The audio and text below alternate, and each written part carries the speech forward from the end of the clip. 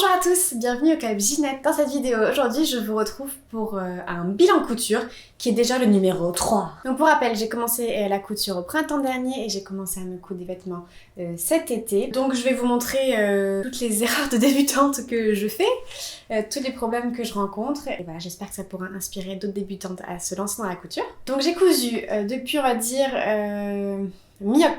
début octobre on va dire, depuis début octobre, j'ai cousu donc ces 5 pièces, plus une veste pour Valentin que je n'ai pas avec moi mais je vous en parlerai quand même. Et j'ai cousu aussi 2 accessoires que j'ai déjà filmés dans d'autres vidéos sur la chaîne, donc je vous mettrai le lien de ces vidéos dans la barre de description. Vous trouverez aussi dans la barre de description tous les liens pour retrouver les patrons et tissus, objets de mercerie que j'ai utilisés pour coudre ces vêtements. Donc voilà, je commence.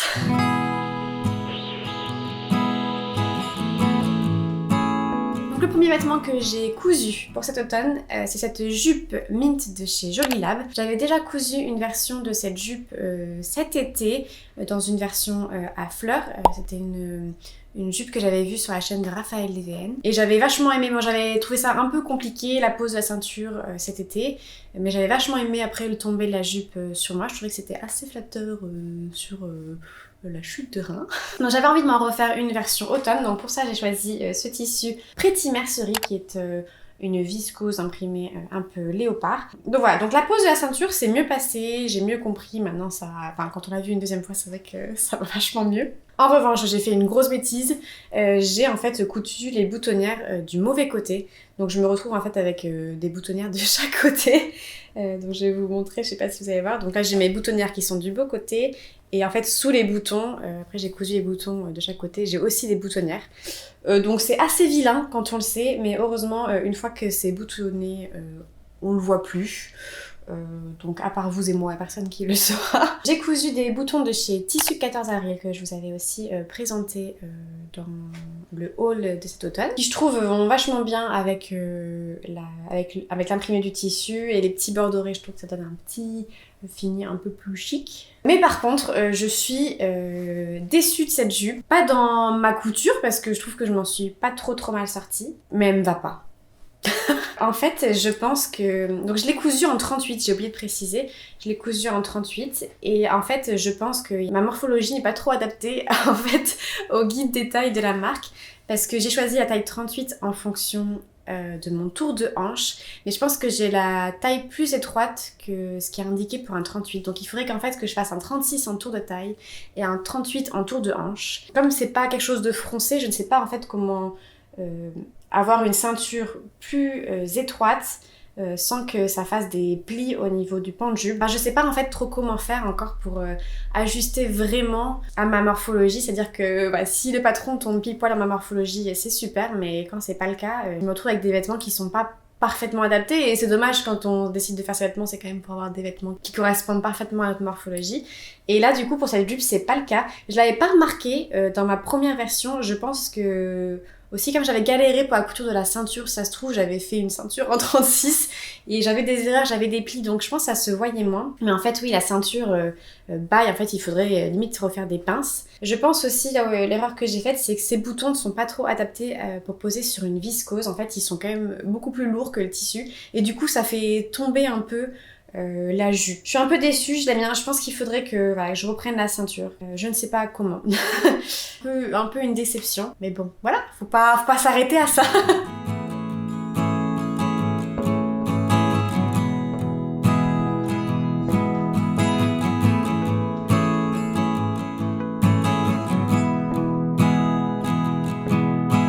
Ensuite, la deuxième pièce que j'ai cousue, c'est la combi Nil de chez Make My Lemonade, que voici. Donc ça, c'est un patron que j'ai trouvé assez facile. En fait, il y a très peu de pièces à coudre en taille. Il y a les 2 pans devant, 2 pans derrière et les poches. Donc il n'y a pas vachement de découpe à faire, ça c'est quand même super bien. Moi, je l'ai cousu en taille 34 en suivant le guide des tailles de la marque. Et voilà, c'est vraiment un 34 qu'il me fallait, il y a de la marge, ça reste quand même une coupe très ample, très large. Je l'ai cousu dans une gabardine de chez Ma Petite Mercerie, donc qui est avec un imprimé à carreaux comme ça, noir, beige et rose, que je trouvais très joli. Les poches sont doublées à l'intérieur, donc je les ai doublées avec un tissu pour doublure beige que j'ai acheté chez Tissu 14 avril, avec du coup un zip invisible dans le dos, les 2 grandes poches, et en fait une finition pour les emmanchures et le col avec une pose de biais. Par rapport aux difficultés de ce patron, en fait il n'y a pas de grandes difficultés, mais j'ai trouvé que c'était mal expliqué. Notamment pour la pose de la fermeture éclair invisible et pour la pose du biais, qui sont en fait les 2 difficultés majeures de ce patron. J'ai pas aimé leur façon de faire. Donc pour la pose de la fermeture éclair, j'ai suivi les conseils que vous m'aviez donnés dans les commentaires suite à mon premier bilan couture, et j'ai regardé la vidéo de Apolline Pattern, qui en fait est trop bien expliquée, et surtout qui dit clairement, ce que je n'avais vu nulle part ailleurs dans aucune vidéo, c'est qu'il faut repasser la fermeture éclair pour pouvoir bien coudre au bord de la fermeture éclair, et en fait ça fait toute la différence. Et du coup j'ai vachement bien réussi, j'étais hyper contente, j'ai hyper bien réussi ma pose de fermeture éclair invisible, et j'ai même réussi à faire des raccords. Ce qu'elle explique aussi bien, c'est qu'il faut bâtir sa fermeture éclair avant de coudre à la machine, donc ça aussi je pense que c'est une étape qui aide vraiment beaucoup. Pour la pose du biais, pareil, c'était la première fois que je faisais des finitions comme ça aux emmanchures, en colure, au biais. Et oui, j'ai pas aimé leurs explications non plus, donc pour ça j'ai suivi l'explication de la vidéo de Hello Supérette. Voilà, leurs explications sont trop bien, j'adore cette vidéo, je la re-regarde à chaque fois que je fais du biais parce que je me souviens plus d'une fois sur l'autre, mais vraiment c'est ce qui m'a beaucoup aidée. Je suis quand même assez contente, en fait donc il y a une surpiqûre comme ça au fil noir tout le long, et je suis assez contente parce que j'ai bien réussi la petite pointe, je sais pas si vous voyez bien là, j'ai bien réussi à faire une surpiqûre en pointe, donc ça c'est assez joli. Ce que j'ai moins bien réussi, mais bon voilà. Avec le biais pour le haut de la fermeture éclair, c'est pas hyper net. Mais en fait, ce que je vous ai pas dit, casser la fermeture éclair invisible, le zip, enfin comment on appelle ça, le truc qui ferme, le petit mécanisme, s'est fait la malle, et impossible de le remettre. Donc en fait, j'ai dû découdre et racheter une fermeture éclair, découdre et recommencer. Donc alors je l'aime bien, je trouve la forme hyper sympa, je trouve que c'est rigolo, c'est très décontracté tout ça, mais alors je ne sais pas avec quoi la porter. En fait, je trouve qu'avec un chemisier blanc, ça fait du coup un peu strict, un peu écolière. Avec un soutenu noir, ça fait un peu tristouille. Je trouve en fait que mon choix de tissu est peut-être pas hyper bien. Je sais pas. En fait, j'aimais bien le tissu, je trouvais qu'il était joli, gai avec la petite pointe de rose, mais en fait, il est un peu tristouille. Et dès que je mets quelque chose dessus, ça rend le vêtement strict alors qu'il est censé être très très décontracté. Donc là aussi, je sais pas, mon choix de tissu... Voilà, faut que je trouve comment le porter. Peut-être que je la porterai plus en fait au printemps avec juste un t-shirt blanc. Ouais, je sais pas. Un peu déçue de mon choix de tissu là aussi.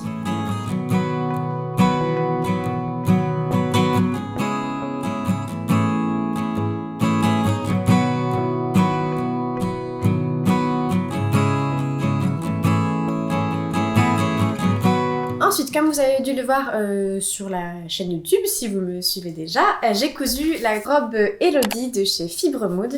Donc j'ai fait une vidéo dédiée à cette robe sur la chaîne, donc je vais pas rentrer trop dans les détails des difficultés de ce patron. Je vous invite à aller voir la vidéo si vous voulez plus de détails.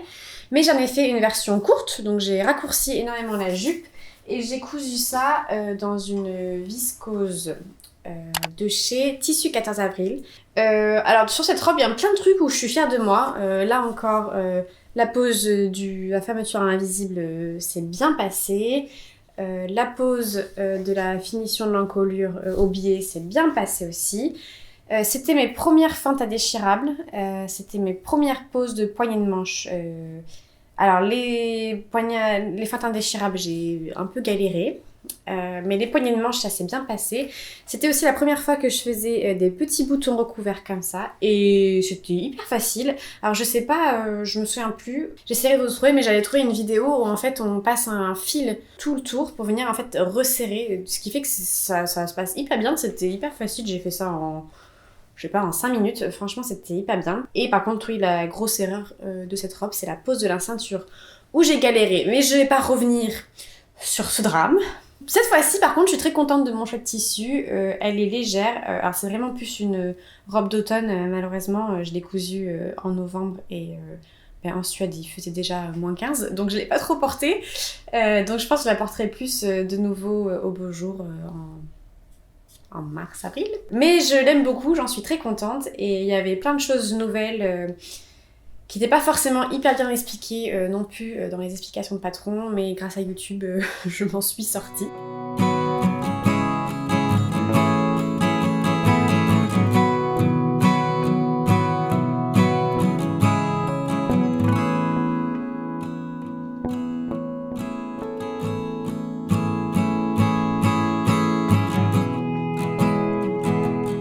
Ensuite, encore de chez Fibre Mood, j'ai cousu pour Valentin la surchemise Harold. Donc cette photo dans ce tissu à rayures, je trouve, est ignoble. Mais vraiment, le patron cool. Donc c'est juste une surchemise classique avec un petit col. Et vous avez le choix de mettre des poches sur le haut ou sur le bas avec soit une finition en pointe ou les bords arrondis. Je l'ai cousu dans un velours côtelé que j'ai acheté chez ma petite mercerie qui est d'une très bonne qualité. Franchement, j'en suis très contente. Et j'ai acheté aussi un bout de doublure noire également de chez ma petite mercerie. Ce que j'ai trouvé difficile dans ce patron, et c'était aussi parce que c'était la première fois que je le faisais, c'était le montage du col. Voilà, j'ai un peu galéré. Franchement, son col, il est pas parfait. Il est plus petit en fait dans la nuque que sur le devant. J'ai aussi un petit peu galéré avec les feintes indéchirables parce que le velours c'était quand même assez épais. Mais voilà, c'était pas facile. J'ai oublié de préciser, je lui ai cousu en L en suivant le guide détail et ça lui va parfaitement. Donc voilà, c'était sympa à coudre. Après, coudre du noir, franchement c'est pénible parce qu'on n'y voit rien quoi. Alors c'est bien parce qu'on voit pas trop les défauts, mais j'ai trouvé ça un peu ennuyeux de coudre du noir. Je sais pas si moi-même je coudrais beaucoup de noir pour moi. Voilà, il en est content. J'ai appris des choses aussi sur ce patron, notamment la pose, comment on dit, le revers de la boutonnière. Je sais pas si on appelle ça une parmenture ou pas. Continue en fait tout le long et jusque dans le dos, donc ça c'était aussi quelque chose d'assez nouveau pour moi. Les explications étaient plutôt bien pour ce patron, franchement. Non, franchement, ça s'est bien passé. Juste le col où j'ai galéré.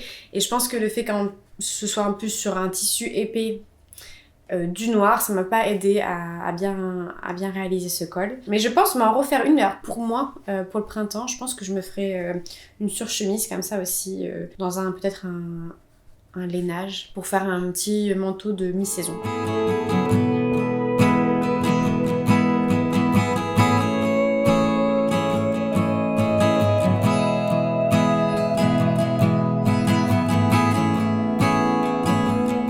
Ensuite, dernier patron que j'ai utilisé cet automne, c'est la Antoinette Shirt de chez Isa Stitches. Donc c'est un patron qui comprend 3 chemises dans un seul patron. Une chemise avec un petit col arrondi comme ça, dans ce qu'ils appellent les Peter Pan collars. Un deuxième avec un grand col et avec un col montant. Et vous pouvez faire avec 3 types de manches, donc des manches courtes simples, des manches courtes bouffantes ou des manches longues avec des poignées de manches. Moi, ce que je voulais faire depuis longtemps, je vous en avais parlé dans le haul tissu, je voulais en faire une version en jean, puisque c'était une robe que j'avais vue chez la marque Balzac Paris et j'avais envie de reproduire cette robe. Donc du coup, j'ai fait la version avec le grand col Peter Pan et les manches longues et je les ai rallongées pour qu'en fait de l'épaule au bas de la robe ça fasse 90 cm et je l'ai cousu également en taille 38. Je voulais la coudre dans du jean, donc j'ai acheté un coupon de jean de chez ma petite mercerie qui est je trouve d'une très bonne qualité, j'en suis très contente. Mais j'étais en fait très stressée de coudre du jean,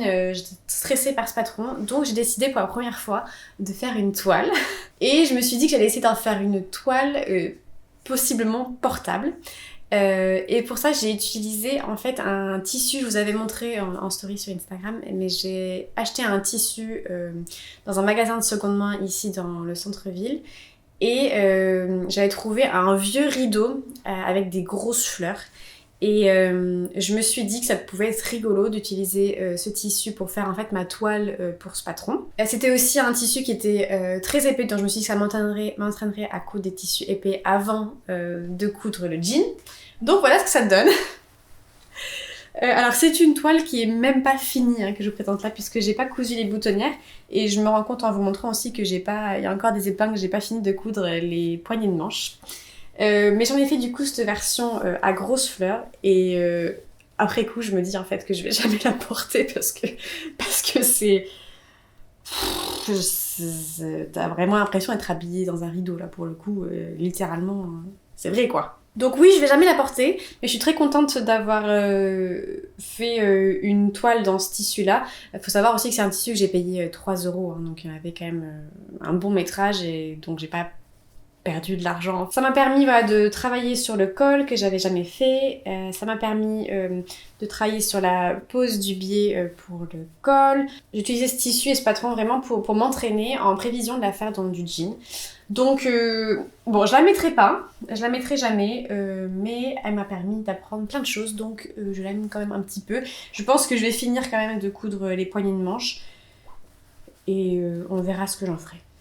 Et bon, du coup, la version qui était voulue, c'est celle-là. Donc, c'est la version robe qui est longue, voilà, jusque là. Et en fait, d'avoir vu le patron une fois, ça m'a quand même vachement aidé. Mais ce qui était difficile, c'est que le patron nécessite de froncer beaucoup de choses. Donc, il y a les fronces au niveau du col, les fronces au niveau des épaules, les fronces au niveau des poignées de manche. Et en fait, froncer du jean... Ah, c'est impossible. Moi, j'ai pas de pied fronceur, donc je fais ça avec 2 fils de fronce. Impossible de froncer ce jean. Donc en fait, ça a été la difficulté principale pour coudre cette robe-là.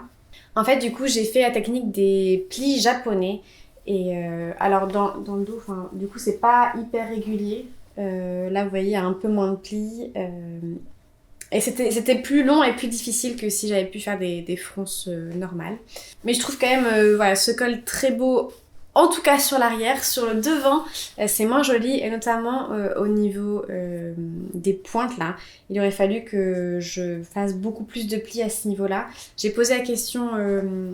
parce qu'en général, je montre sur Instagram au fur et à mesure en story ce que je couds. Et j'ai montré ce défaut-là sur Instagram et l'une d'entre vous m'a dit qu'il faut en fait froncer davantage dans les angles comme ça. Mais mon col était déjà monté avec la pose de biais, etc. Donc j'ai pas eu le courage de le défaire. Je vous montre à l'intérieur. Voilà, donc on a la pose de biais comme ça au col. Là, ça commençait à faire vraiment beaucoup d'épaisseur parce qu'en tout, du coup, il y a 5 ou 6 épaisseurs de jean. Donc là, ma machine franchement a un peu galéré. Il fallait vraiment pousser, y aller très très lentement. J'ai pas cassé d'aiguille, je sais pas comment, mais c'était un petit peu difficile. Du coup, même problème, le fait de pas pouvoir faire de fronce. J'ai fait du coup des plis au niveau des épaules qui sont de nouveau pas très réguliers. Voilà, c'est quand même assez joli. Je suis quand même contente de moi. Et il y a aussi des pinces sur la poitrine. Et par contre, là où je suis très contente de moi, j'ai hyper bien réussi cette fois-ci mes fentes indéchirables. J'en suis très contente. Du coup, Isa Stitch, elle fait des vidéos pas à pas sur sa chaîne YouTube pour expliquer. Et dans sa vidéo où elle coud la version avec les manches longues, elle a mis des liens, des vidéos qu'elle a suivies elle-même pour apprendre à coudre les feintes indéchirables. Ce sont des vidéos en anglais, mais ça m'a bien aidée. J'ai bien réussi aussi mes petits poignets de manche. Voilà, j'ai fait des surpiqûres, pas seulement ici, mais j'ai fait en fait des surpiqûres tout le tour du rectangle du poignet de manche. Et j'ai cousu voilà, ces petits boutons écailles que j'ai achetés dans ma mercerie locale. Et voilà, alors je l'aime beaucoup, j'en suis très fière parce que vraiment c'était une pièce difficile en jean et tout, c'était pas facile. En revanche, elle est un peu courte. Bon, faut pas que je lève les bras. Et je sais pas en fait si je vais l'assumer totalement parce que c'est vrai que ce gros col là en jean. Donc je vais voir. Un truc que je ferai la prochaine fois, enfin si je refais une version robe, ça manque de poches, donc la prochaine fois je rajouterai des poches. Il faut que je prenne l'habitude d'en rajouter sur toutes les robes que je fais parce que souvent il n'y a pas toujours de poches dans les patrons de robes. Et peut-être, à voir, si je l'assume pas, peut-être que je déferai ce col Ça peut être une version avec un petit col montant froncé plutôt que ce gros col. Je sais pas, mais j'en suis quand même fière parce que c'était une grosse pièce et je pense que le fait que ce soit en jean, ça a rendu la chose beaucoup plus difficile. Je suis contente d'avoir fait une toile avant parce que je pense que ça m'a aidée. Ouais, il y a un petit fil là. Mais voilà, je l'aime bien, mais faut que je l'assume maintenant.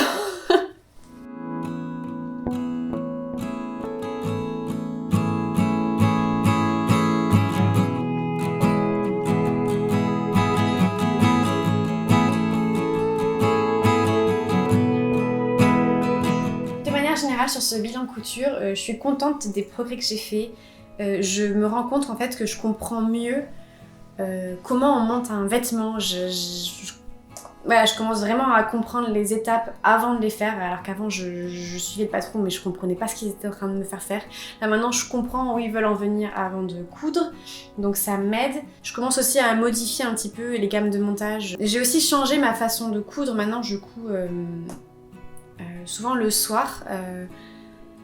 Et je me presse moins. Avant, je voulais coudre en une journée et faire ma pièce genre le dimanche. J'avais toute l'après-midi pour faire ça. Et souvent, je me stressais parce que j'avais pas le temps de tout faire en une journée. Maintenant, j'y vais plus doucement, je me stresse moins. Ça devient vraiment plus un moment de détente qu'avant. Là où je pense maintenant, il faut que je progresse.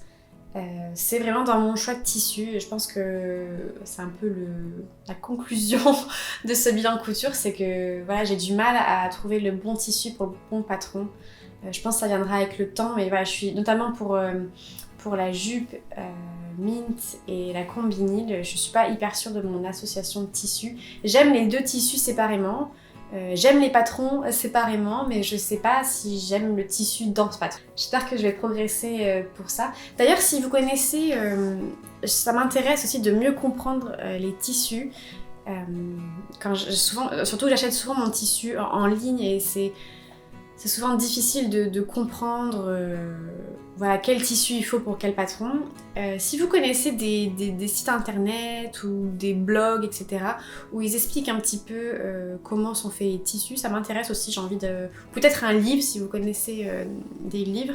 Ça m'intéresse de mieux comprendre les tissus et je pense que quand je comprendrai mieux les tissus aussi, j'arriverai mieux à associer patron et tissu. Voilà, bon, je pense que j'ai suffisamment parlé pour aujourd'hui. Je voulais vous remercier encore pour tous vos conseils et vos retours, que ce soit sur Instagram ou sous mes vidéos de couture.